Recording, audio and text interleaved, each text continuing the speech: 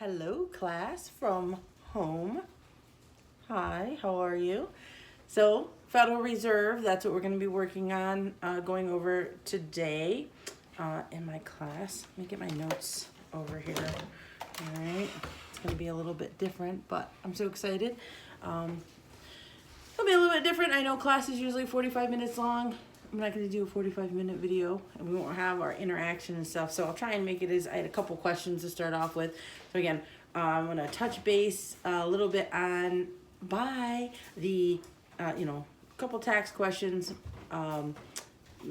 monetary policy, on your country projects. The thing that you're going to be looking at is where it says how much money is your country going to print when you're studying here for the Federal Reserve as we're going over it. That's kind of the place that you're going to be at and help you to answer that question, right? Your country's monetary policy. All right. As well, right? And we talked about money already before, and whether money is a tangible piece of paper or a number on a screen, right? When we talk about Bitcoin, different things like that, all of it is intrinsically worthless, okay? Yet, it's what fuels the modern world. In America, we are controlled, right? The ultimate control of money and the amount of money that is printed, all of those things rest with the bankers of the Federal Reserve System because of that, it's pretty detrimental. It's very important that we understand about the Federal Reserve. A lot of people call the Federal Reserve. There's so many conspiracy theories, guys. It's like this shadowy private organization that works. Its ultimate goal is to forever enslave us, and just to send us into a pit of debt so that we will always be beholden to it, right? So you're going to hear a lot of those type of things. As you start looking at the Federal Reserve, you're going to see a ton of conspiracy theories. I have my own, okay, for right or wrong, and you will probably have some as well. But we're not going to talk about those things. I just want you to be aware that as you study the Federal Reserve, you're going to find the vast number of conspiracy theories, okay? So let me start with a couple questions, okay? Do you know how much the United States federal government collects in income tax every year? Right? Millions, billions, trillions, right? Where do you think that we lie in there?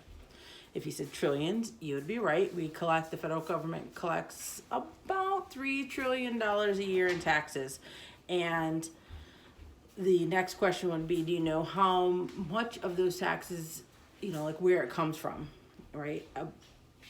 Whether it's small businesses, foreign countries, individual taxpayers. Where do you think the majority of that income tax comes from?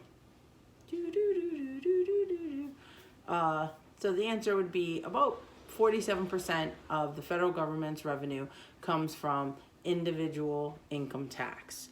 And when we say that, again, think back to our business project, like DBAs and small businesses, a lot of those businesses file under income taxes, like their profits are individual income taxes. So that kind of all fits right within there. Then 34% of the taxes that they collect are from payroll taxes and 9% from corporate taxes or the big companies, okay? Next question. How many people do you think do not pay any income tax at all? Any federal income tax at all? Question? Maybe you type it in there or something. Maybe we'll do like a live video. If anybody wants to do a Zoom, let's talk about that. Maybe we can do live next time. It's up to you guys. So 77 million people do not pay any income taxes at all in America, or about 44% of the population. Yeah, that's a lot, right? Now the wealthiest 1% of American taxpayers contribute about how much of the income tax do you think? Let's go with 10%, 25%, 40%. Of those three, which one do you think it is? If you said about 40%, you would be right. It's like 39 point something percent of all income taxes are paid by the top 1%, right? So the wealthiest 1% pay 39% of all the income taxes. And if you factor in the top 5%, so the next one down, 20% of the income taxes are paid by the top 4. So the top 2 or the top 5% income tiers, right? The top 5% of income earners, the wealthiest 5%, pay 59% of all taxes. Okay. Then if there's a couple others, but the next one down would be 26% of taxes are paid by what we would consider the middle class. Okay. And then the bottom 50% pay about 3% of taxes. All right. So the Federal Reserve. Let us see. How was the Federal Reserve created? Like I said, I'm going to stick to just some basic facts here and there, and that's it. The Federal Reserve is basically a bank for the banks, or the bank for the United States government. Okay. It was created in the late 19th century, and J.P. Morgan, who at the time was, and probably, well, not now, but he was considered the king of Wall Street. He had the largest banks in America. He definitely wasn't the wealthiest. That would be the Rockefellers at that time. And again, when you start looking at the conspiracy theories and all of those things, you're going to hear the name Rockefellers a lot. But what happened was you had the Panic of 1907, and J.P. Morgan, he got all the bankers, like the top, I don't even know, maybe top 100 or something like that, all of them together in 1907. And it was that together of all these bankers that resulted in the third central bank of America, the Federal Reserve. Okay. So we had 2 other times before. I think we maybe touched about that in the past, but right, there are 2 other times that we tried a central bank. Each one of those lasted, I think, like around 20 years or so, and they just didn't work. So here, like I said, J.P. Morgan, at that time, he was the person that everybody called to when things got bad. 1907 happened to be one of those times, and he called everyone together to try helping some of the failing banks. And again, some of them actually were healthy, but there was a panic and a run on the bank. That brings me to, remember we were talking about, back in December, I said, hey, extra credit, watch the one movie that I cannot think of right now, and we'll come back to it. I'll come back, it'll come to me. It's a Wonderful Life. Right, we talked about It's a Wonderful Life. So again, you guys are home, you have all this time. It's a great time to watch It's a Wonderful Life. And when you watch it, you'll see, most people don't use it for the economic principles that are in it, but it will serve you very well to watch that even now. So when he called everyone together, they were trying to get this central bank created. Nobody could agree. You had like the agriculture people, the bank people, the government, everyone, all these people were all together, couldn't really agree. And basically everybody's big thing was they didn't want one entity having more power and control over them than somebody else, and mostly the government. They wanted to be independent of the government. They didn't want it politicized, and so it took so long. It wasn't until 1913, after a lot of discussion, debating everything, that they finally came to a consensus, and they were able to give something to Congress. Congress passed it, and hence the Federal Reserve was finally created. Now, this central bank was unique from the other ones, and again, we still have it today. It hasn't failed, but what made it so unique is that there was not one central bank, but instead a network of 12 regional banks that operated across the United States, and then they had one board of governors that kind of that governs all of it. Those 12 places, I do want you to look up on a map, right? You can look at the Federal Reserves and the 12 places and just see, right? Because they're all regions. Some of it was political, some of it was just common sense, like again, New York hub. So you have Boston, New York, Philadelphia, Cleveland, Richmond, Atlanta, Chicago, St. Louis, Minneapolis, Kansas City, Dallas, and San Francisco. Those are the 12 places that there's a Federal Reserve Bank. And again, and each one has its region, so you want to look at that map just because. As I said, these 12 locations, right, and they had a single governing body called the Board of Governors. 7 people are for the board. 7 people are appointed to the board by the president, and then they have to be confirmed by the Senate. They didn't want the president to have too much power all at once, right? And so the president can only appoint 1 governor every 2 years, right? So there's 7 of them. So 1 governor every 2 years to a 14-year term. That's kind of how the basic setup goes, and the Board of Governors meets 8 times a year. Now, another unique part of this is that each regional bank is structured as a private corporation, right? And each one of those private corporations owns its own stock. Okay, so there's 12 of these individual private organizations that each have their own stock. And every national chartered bank in America is required, depending on what region they're in, right, to keep 6% of its capital in its regional reserve bank, right? So depending on where you fit in that region, when you look at that map, those banks are required to keep 6% of its capital in that capital regional bank. In exchange, the bank receives an equal amount of shares in its regional bank. Each share, now again, and this is a little unique too, it's not set up like typical, right, when we did our stock market game, a little bit different, all right?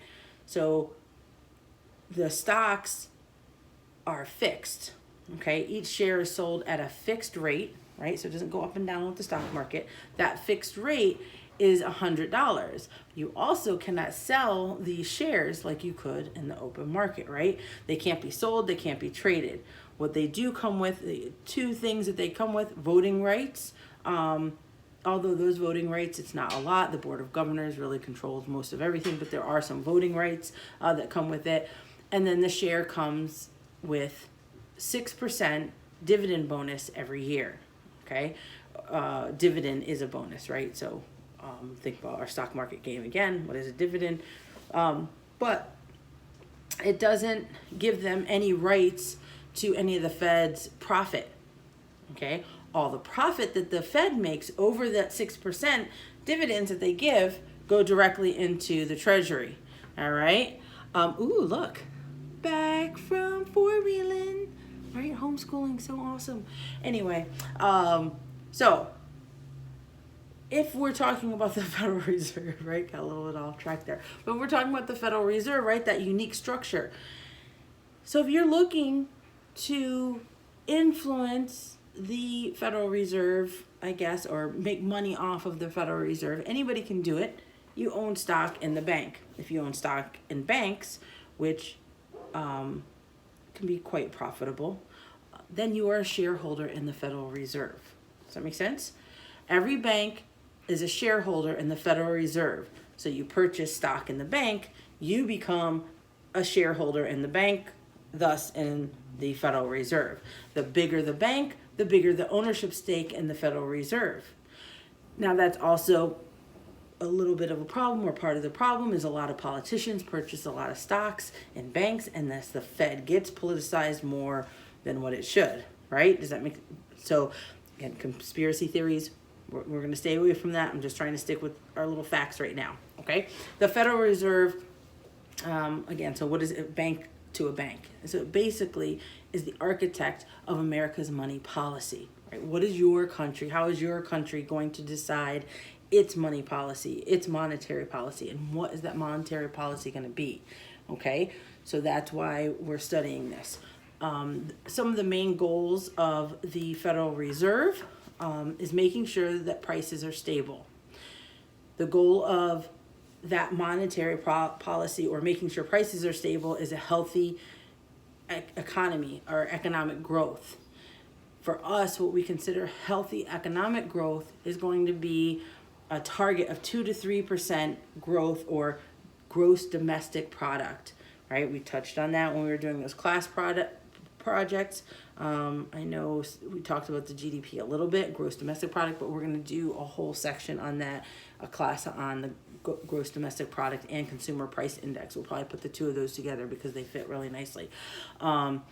So the Fed also, so again, the 2 to 3% gross domestic product growth, that's what we're looking for a healthy economy.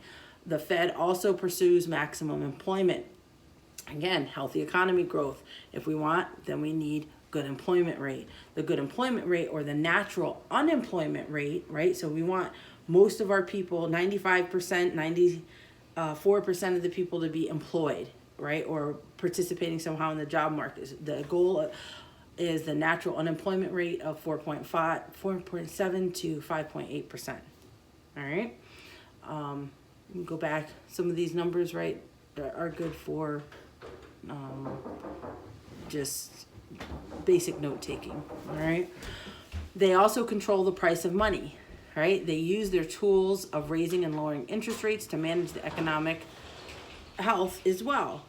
And when we talked about price of money, what's the price of money? Interest rates. So that's what they use. They use the lowering, making them higher and lower, how much it costs to borrow money. That's your interest rate. That's the price of money. So what's the next part? The main functions, right? It performs 5 main functions to promote the effective operation of the U.S. economy, and more generally, the public interest is, so these 5 things. Number 1, managing inflation. It's one of the, more important things. I'll touch on inflation a little bit, but we will have a separate class on just inflation as well. And again, when we talked about deflation, inflation, right? So just think back to that. But the Federal Reserve controls inflation by managing credit. Credit is the largest component of the money supply. This is why people say the Fed prints money. When you hear that, it's because they're like, oh, we're gonna print money. The Fed moderates long-term interest rates through open market operations and the Fed fund rates, okay? When there's no risk of inflation, the Fed makes credit rates cheap by lowering the interest rates, right? So no inflation, or the lower the risk of inflation, it's really cheap to borrow money. Makes sense.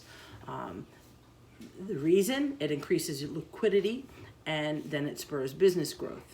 Right? If people have more money on hand, they can grow their business, put that money back into it. They can borrow money to use it to, open another business or something like that. Again, if you have questions, please either you can email me or just put them right in the video, and then I'll try and answer them the best that I can. Okay? So that in doing that, right, spurring that business growth, it ultimately reduces unemployment. See how they all kind of fit together there? Wish I had a graphic, right? Maybe next video, that's what I'll do. Try to get some graphics all put together, point. Anyway, the Fed monitors inflation through core inflation rates as measured by the Personal Composite Expenditure Price Index, not to be confused with the Consumer Price Index, which again we'll go over with the GDP another time. And as well, when we're talking about inflation, they do strip out the food and gas prices because they're really volatile, which I think those should be added into inflation, because if those are going up and down, then you're like, oh, hey, it's inflation. But again, we'll have that whole conversation. I'm going to make this video way too long. I'm trying to shorten it up. So those are not part of the inflation rate that they consider, okay? So what else do they, the other of the 5, so again, like I said, managing inflation, they also regulating and monitoring the banking system, maintaining maintaining the stability of financial markets, providing bank services for the U.S. government and banks, both domestic and foreign. And then this other one, it's super long, I'm just going to read it. Promotes consumer protection and community development through consumer-focused supervision and examination, research, and analysis of emerging consumer issues and trends, community economic development activities, and the administration of consumer laws and regulations. Now, if we were doing economics 102 or 201, we'd get into that more, but we're not. We just want you to understand the basics of the Federal Reserve System. Okay? So let's finish up with this. Oh, look, we're about 20 minutes. Not too bad, right? I figure if we were doing all your guys' questions and stuff, we probably wouldn't have gotten this far. So how does the Federal Reserve affect you directly? Again, we touched on it a little bit, but some of the things that affects you directly is stock, bond, mutual funds, and your loan rates. Okay, so again, think back to our stock market game, and when we were talking about all of those things, that the Fed directly affects those things, and as well, because it has such an influence there, the Fed also indirectly affects the value of your homes and employment. Okay, I believe that's it. Again, if you have any other questions, comments, or concerns, leave them, and I will see you next week. All right, bye.